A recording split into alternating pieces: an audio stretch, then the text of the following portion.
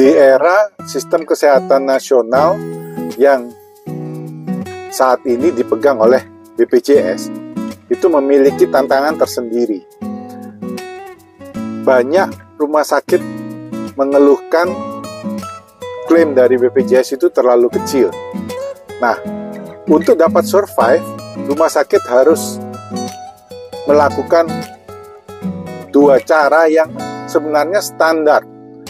Ada beberapa rumah sakit yang memang melakukan terobosan-terobosan baru dan inovasi-inovasi baru yang itu memang sangat baik. Namun apabila kita belum bisa melakukan hal tersebut, maka secara sederhana atau secara umum manajerial dapat melakukan dua hal. Yang pertama, meningkatkan pendapatan rumah sakit. Yang kedua, melakukan penghematan. Nah, salah satu penghematan yang bisa kita lakukan adalah penghematan belanja medis. Nah, penghematan belanja medis ini yang terbesar adalah untuk belanja obat. Nah, di belanja obat ini bisa kita lakukan ada tiga hal. Yang pertama adalah memaksimalkan penggunaan obat-obatan generik. Nah, obat-obatan generik ini memiliki harga yang sangat murah dengan efektivitas yang sama dengan obat yang patennya. Ya, rata-rata obat generik ini harganya 1/10 dari obat patennya. Jadi andai kata obat generiknya itu harganya 3.000, maka obat paten bisa sampai 30.000.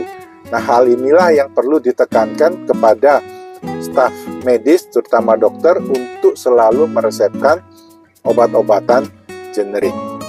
Itu yang pertama. Yang kedua, sesegera mungkin pasien dialihkan dari obat-obatan injeksi menjadi obat oral atau obat minum. Sesegera mungkin setelah pasien bisa makan dan minum dengan baik.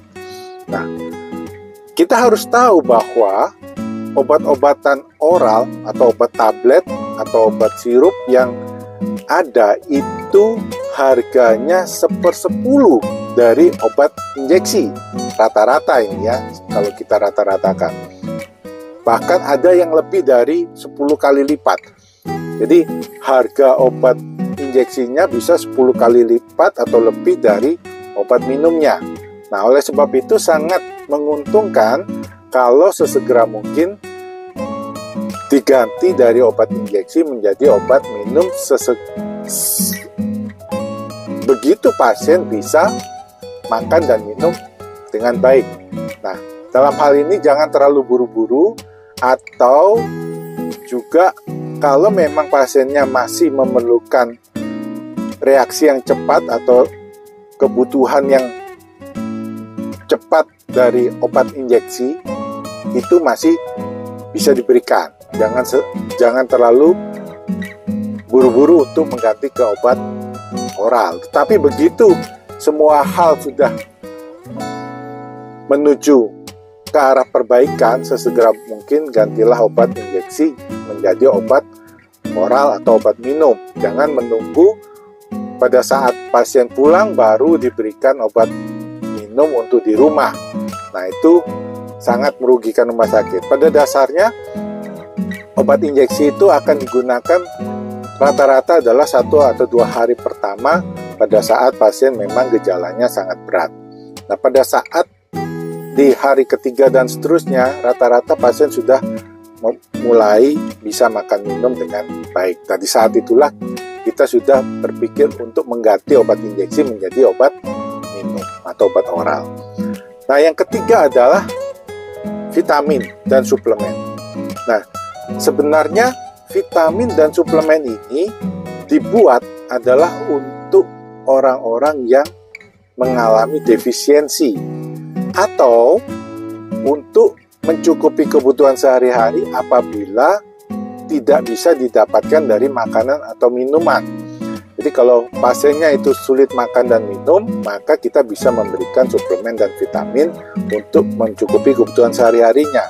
selama pasien dapat makan dan minum dengan baik, usahakan semua nutrisi didapatkan dari makanan dan minuman, bukan dari obat, suplemen, atau vitamin yang diberikan oleh dokter. Dan tidak ada alasan bahwa dengan pemberian suplemen dan vitamin, pasien bisa lebih cepat sembuh. Dan itu tidak signifikan. Artinya dalam hal perawatan akut, kita memberikan obat-obatan yang berupa suportif seperti itu tidak banyak berdampak. Tetapi suplemen dan vitamin ini harganya cukup mahal, sehingga jangan diberikan pada saat akut pasien dirawat di rumah sakit. Nah, demikian pula pada saat pasien pulang untuk rawat jalan. Jangan meresepkan obat, suplemen, dan vitamin. Jadi suplemen dan vitamin hanya diberikan pada orang-orang yang mengalami defisiensi atau pada pasien-pasien yang mengalami defisiensi. Nah, dengan kita melakukan 3 hal ini saja, kita bisa melakukan penghematan atau belanja obat itu lebih dari 50% dari yang sebelumnya. Sehingga pengeluaran rumah sakit di bidang pembelian medis, obat-obatan medis ini bisa berkurang hingga 50% dari yang sebelumnya. Nah, dengan melakukan penghematan ini, maka pengeluaran rumah sakit akan jauh. Nah, sehingga dana yang didapatkan dari penghematan ini bisa dialokasikan untuk pengembangan rumah sakit di kemudian hari. Nah, semoga bermanfaat.